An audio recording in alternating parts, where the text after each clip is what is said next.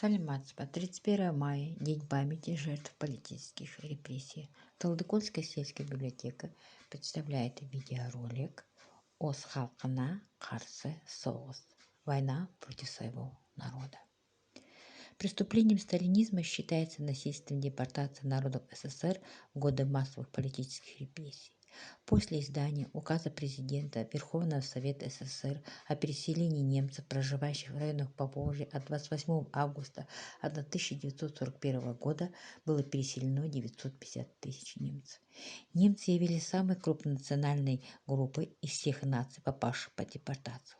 1 ноября 1941 года в связи с направлением в Казахстан 113 тысяч эвакуированных немцев, не имевших теплой одежды, по решению ЦК ВКПБ Казахстана был изменен. С южных районов Казахстана было снято 50 тысяч немцев и размещены в Костанайской, Петропавловской, Акмолинской, Павлодарской, Семипалатинской, Карагандинской области. Среди них и наша землячка Теолина Рафаиловна Феттерер. Теолина Рафаиловна родилась 14 сентября 1938 года в Крымской ССР, Калайском районе в селе Дулат. Отец Феттерер Рафаил Петрович по национальности немец, мать Феттерер Мария Антонов по национальности немка. Из воспоминаний Теолины Рафаиловны. Когда началась война, отца забрали в трудовую армию, а мать с 5 детьми отправили из Крыма в Костанайскую область, Орджоникидский район, село Шункыркуль. По дороге на Кавказе умер брат Антон. В 1943 году отец пришел с войны, переехали с семьей в поселок Жайма. В 1944 году родилась еще одна сестренка Мария.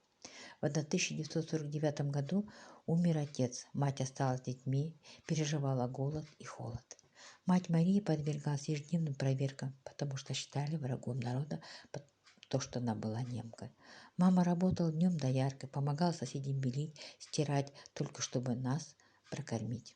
В 1961 году было разрешено вернуться на родину в Крым, а мама сказала: «Дети, отец похоронен здесь, и в Шаильме, и мы никуда не поедем». Так и выросли мы все. В 1975 году умерла мама в Шаильме. Теолина Рафаильевна училась на казахском языке и окончила 8 классов. Отучилась на бухгалтера. В 1961 году вышла замуж за Федора Михаила и переехали в поселок Уркашский. Потом в 1971 году переехали в село Талдыколь и по 1987 год проработала бухгалтером. В семье у Федоровых родилось 5 детей. Похоронена Теолина Рафаиловна в селе Талдыколь. В Казахстане с 1927 по 1953 год было репрессировано около 200 тысяч человек, расстреляно 25 тысяч, от голода погибло 40% коренного населения. Можно ли об этом забыть? Нельзя. Надо помнить о жертвах. Помнить не только ради них, помнить ради нас с вами, ради счастливой жизни будущих поколений. Помнить не сегодня, помнить всегда. Спасибо за внимание.